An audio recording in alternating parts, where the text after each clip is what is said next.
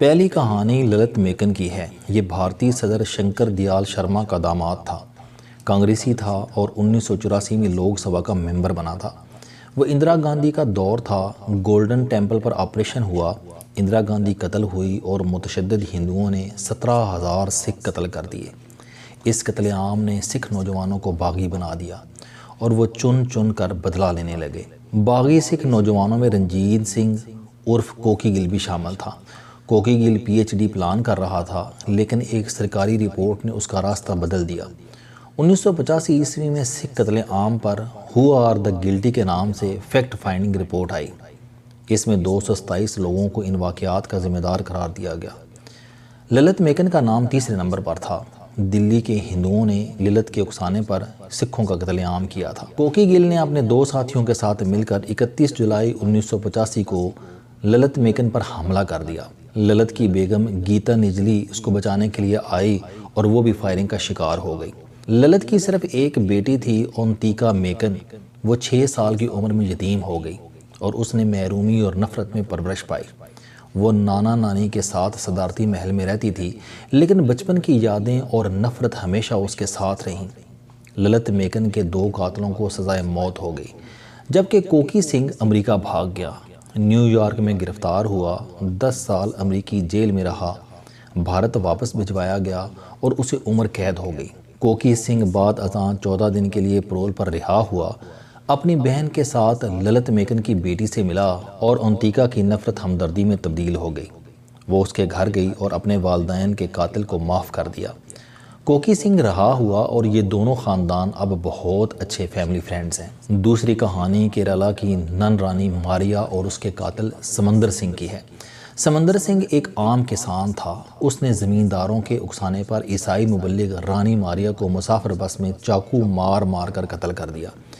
رانی ماریا کو 58 زخم آئے۔ یہ انتہائی بے ایمانہ قتل تھا۔ سمندر سنگھ گرفتار ہوا، جیل گیا اور احساس گناہ کا شکار ہو گیا۔ رانی ماریا کی بہن اور بھائی اسے جیل میں ملے اور اسے نہ صرف معاف کر دیا بلکہ اسے اپنا بھائی بھی بنا لیا۔ یہ دونوں خاندان اب ایک دوسرے کے انتہائی قریب ہیں۔ سمندر سنگھ رانی ماریا کی بہن کے پاؤں چھوتا ہے اور وہ اسے راکھی باندھتی ہے۔ اور تیسری کہانی امریکی خاتون کیا سیچر کی ہے۔ اس کا خاوند ایلن اور 17 سال کی بیٹی نومی 2008 کے بمبئی حملوں میں اوبرائے ہوٹل کے ریسٹوران میں قتل ہو گئے تھے۔ وہ دہشت گردوں سے بچنے کے لیے کھانے کی میز کے نیچے چھپے ہوئے تھے، لیکن انہیں ڈھونڈ کر ان کے سروں میں گولی مار دی گئی۔ یہ خاتون بمبئی اٹیکس کی برسی پر ہر سال بھارت آتی ہے اور اوبرائے ہوٹل میں اسی جگہ بیٹھ جاتی ہے جہاں اس کے خاوند اور بیٹی کو قتل کیا گیا تھا۔ لیکن اس دکھ اور درد کے باوجود یہ پہلی وکٹم تھی جس نے اجمل قصاب کو معاف کر دیا تھا۔ اس سے جب اس معافی کی وجہ پوچھی گئی تو اس کا جواب تھا کہ معاف کرنے سے انسان کا اپنا بوجھ ہلکا ہو جاتا ہے۔ لوحقین کے لیے اپنوں کو کھونے کے بعد بدلے اور نفرت کا بوجھ ناقابل برداشت ہو جاتا ہے۔ یہ کہانیاں بھارتی اداکار اور فلم ساز عامر خان کی ڈاکومنٹری فلم روبرو روشنی کا موضوع تھیں اور یہ انسان کو اندر سے ہلا کر رکھ دیتی ہیں۔ ڈاکومنٹری میں اجمل قصاب سمیت تینوں قاتلوں سے پوچھا گیا کہ تم نے انہیں کیوں قتل کیا تھا؟ تینوں کا جواب تھا کہ ہمارے پاس اس کی کوئی ٹھوس وجہ نہیں تھی۔ یہ جواب سن کر میرے آنسو نکل آئے اور میں سوچنے پر مجبور ہو گیا، کیا نفرت اتنی اندھی اور بلا وجہ ہوتی ہے؟ شاید واقعی نفرت کی کوئی وجہ نہیں ہوتی، کیونکہ انسان کے پاس اگر کوئی وجہ ہو تو یہ اسے دور کر لیتا ہے۔ یہ انسان کی بنیادی صفت ہے، لیکن اگر سرے سے کوئی وجہ نہ ہو تو پھر اس کے پاس دوسروں کے قتل کے سوا کوئی چارہ نہیں رہتا۔ میں نے جب اس زاویے سے اپنے معاشرے کو دیکھا تو مجھے محسوس ہوا ہم من حیث القوم بلا وجہ نفرت کے عارضے کا شکار ہیں۔ آپ نے کبھی سوچا ہم مسلمان ہندوؤں اور عیسائیوں سے کیوں نفرت کرتے ہیں؟ ملک کے تینوں صوبے پنجاب کو کیوں گالی دیتے ہیں اور پنجابی دوسرے صوبے کے لوگوں سے کیوں کھچے کھچے رہتے ہیں؟ کراچی میں مہاجر اور سندھی کے درمیان دیواریں کیوں ہیں؟ ہم اقلیتوں سے کیوں نفرت کرتے ہیں؟ ہم نے اسلام آباد میں مندر کیوں نہیں بننے دیا؟ ہم سکھوں، ہندوؤں اور عیسائیوں کو زبردستی مسلمان کیوں بنانا چاہتے ہیں؟ ہمارے ملک میں کسی کو بھی قتل کرانے کے لیے اس پر توہین مذہب کا الزام لگا دینا کیوں کافی ہوتا ہے؟ ہم سب ایک دوسرے کے ایمان اور اسلام کو مشکوک کیوں سمجھتے ہیں؟ ہم رسول اللہ صلی اللہ علیہ وآلہ وسلم کا نام لے کر ایک دوسرے کو گالی کیوں دیتے ہیں؟ ہم اپنے آپ کو صحیح اور دوسروں کو غلط کیوں سمجھتے ہیں؟ اور ہمیں دوسروں کے سجدے اور روزے کیوں منافقت محسوس ہوتے ہیں؟ ہم نے کبھی سوچا اس نفرت کی وجہ کیا ہے؟ مجھے یقین ہے ہم جس دن یہ سوچیں گے ہم اس دن جان لیں گے کہ ہماری نفرتیں بلا وجہ ہیں، اور ان بلا وجہ نفرتوں نے ہمیں پہلے ہندو اور مسلمان دو لشکروں میں تقسیم کیا، پھر بنگالی اور پنجابی میں منقسم کیا، پھر پنجابی، سندھی، پختون اور بلوچی میں بانٹا، پھر سول اور ملٹری کی دوریاں پیدا کیں، پھر شیعہ سنی اختلافات پیدا کیے، اور ہم اب بڑی تیزی سے بریلوی اور دیوبندی کی خوفناک جنگ کی طرف بڑھ رہے ہیں۔ اور اگر خدا نخواستہ یہ جنگ شروع ہو گئی تو یہ ملک نہیں بچے گا، کیونکہ ملک میں پہلی بار دو اکثریتی گروپ لڑیں گے اور دونوں کے ہاتھوں میں مذہب کا جھنڈا بھی ہوگا۔ لہٰذا آپ اس سے جنگ کے دائرے اور نقصان کا اندازہ کر لیجئے۔ انسان کی 10,000 سال کی ریکارڈڈ ہسٹری بتاتی ہے کہ جہالت انسانی معاشرے کی سب سے بڑی بیماری ہوتی ہے، اور یہ بیماری پہلے انسان، پھر خاندان اور پھر پورے معاشرے کو نگل جاتی ہے۔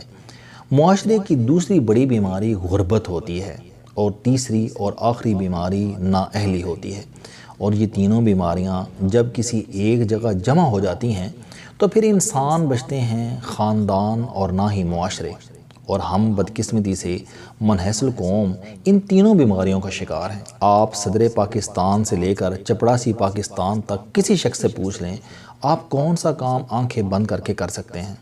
میرا دعویٰ ہے ملک کے 98% لوگوں کو ٹھیک طریقے سے آنکھیں بھی بند کرنا نہیں آتی ہوں گی۔ ملک کے 21 کروڑ لوگوں میں سے صرف 1 کروڑ لوگ کام کرتے ہیں، انہیں بھی وہ کام نہیں آتا جس کا یہ دعویٰ کرتے ہیں۔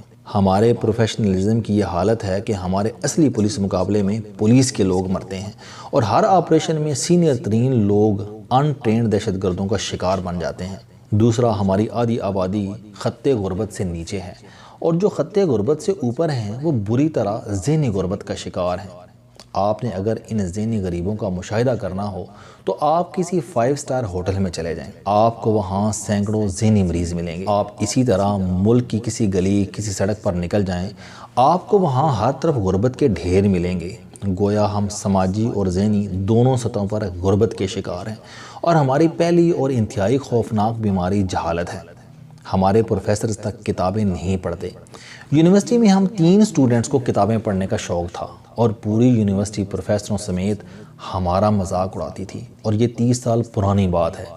آپ آج کا اندازہ خود لگا لیجئے۔ اسلام آباد شہر میں کتابوں کی صرف 2 دکانیں اور 1 لائبریری ہے، اور آپ کو وہاں بھی 10-15 سے زیادہ لوگ نہیں ملتے۔ پیچھے رہ گیا ہمارا مذہبی طبقہ۔ یہ لوگ 1000 سال پرانی کتابیں پڑھتے ہیں، مسلک سے باہر نکل کر پڑھنا ان کے لیے گناہ ہوتا ہے۔ یہ ہر جدید کتاب کو یہود و نصارہ کی سازش بھی سمجھتے ہیں۔ لہٰذا آپ معاشرے کا مستقبل خود دیکھ لیجئے۔ ہم جب تک ان تینوں بیماریوں کا علاج نہیں کریں گے، آپ یاد رکھیں ہم اس معاشرے سے اس وقت تک بلا وجہ نفرت ختم نہیں کر سکیں گے۔ اور یہ کام ہوگا کیسے؟ یہ انتہائی آسان ہے۔ ریاست صرف 3 قانون پاس کر دے، یہ کتابیں لازم قرار دے دے، سکول سے یونیورسٹی تک 1000 کتابوں کا سلیبس بنایا جائے اور یہ لازم قرار دے دی جائیں۔ اساتذہ کو ڈیوٹی کے بعد ان پڑھ لوگوں کو کتابیں سنانے کا کام دے دیا جائے، اور ان کو اس کام کا باقاعدہ معاوضہ دیا جائے۔ سوشل میڈیا کے بعد علم کی ترسیل بہت آسان ہو چکی ہے۔ حکومت آڈیو بکس بنا کر بھی پورے ملک میں عام کر سکتی ہے۔ یہ یوٹیوبرز بھی اس کام کے لیے ہائر کر سکتی ہے۔ اس سے ہم جہالت کی بیماری سے نکل آئیں گے۔ دوسرا، 18 سال کے بعد ہر شخص کے لیے کام لازم کر دیا جائے۔ صدر کا بچہ ہو یا مزدور کا، وہ کام کرے گا اور اپنا بوجھ خود اٹھائے گا۔ اور تیسرا، جرمنی کی طرح ہم میں سے ہر شخص کے لیے کوئی نہ کوئی ہنر لازمی کر دیا جائے۔ یہ یاد رکھیں، ہم ہنرمند ہوں گے تو کام کریں گے، کام کریں گے تو غربت سے نکلیں گے، غربت سے نکلیں گے تو کتاب پڑھیں گے، اور کتاب پڑھیں گے تو ہمارا دماغ کھلے گا، پھر ہم اپنی نفرتوں کا جواب تلاش کریں گے، اور اس سے معاشرہ بنے گا۔ ورنہ ہم بلا وجہ نفرت کی اس آگ میں جل جل کر مر جائیں گے۔ ہم ایک دوسرے کا اسلام ٹٹول کر ختم ہو جائیں گے۔ لہٰذا ریاست کو بہرحال سامنے آنا ہوگا، اس سے پہلے کہ ریاست ہی نہ رہے۔ السلام علیکم دوستو، علم دوستی چینل بنانے کا مقصد موٹیویشنل اور زندگی بدل دینے والی کہانیاں آپ تک پہنچانا ہے۔ مجھے خوشی ہے کہ آپ احباب کو یہ ویڈیوز بہت پسند آ رہی ہیں۔ کوئی بھی شخص جو مایوسیوں میں گھرا ہو یا کوئی بھی شخص جو اپنی زندگی مثبت انداز سے گزارنا چاہتا ہے، اس کے لیے یہ چینل لائف چینجنگ ثابت ہوگا۔ میرا دعویٰ ہے کہ کوئی بھی شخص اگر اس چینل کی ویڈیوز دیکھ اور سن لے گا تو اس کی زندگی بدل جائے گی۔ اگر آپ کو یہ چینل پسند آئے تو اسے سبسکرائب کرنا نہ بھولیں تاکہ ہر نئی آنے والی ویڈیو آپ تک پہنچ سکے۔ اس ویڈیو کو دوسروں تک ضرور پہنچائیں کیونکہ یہ صدقہ جاریہ ہے۔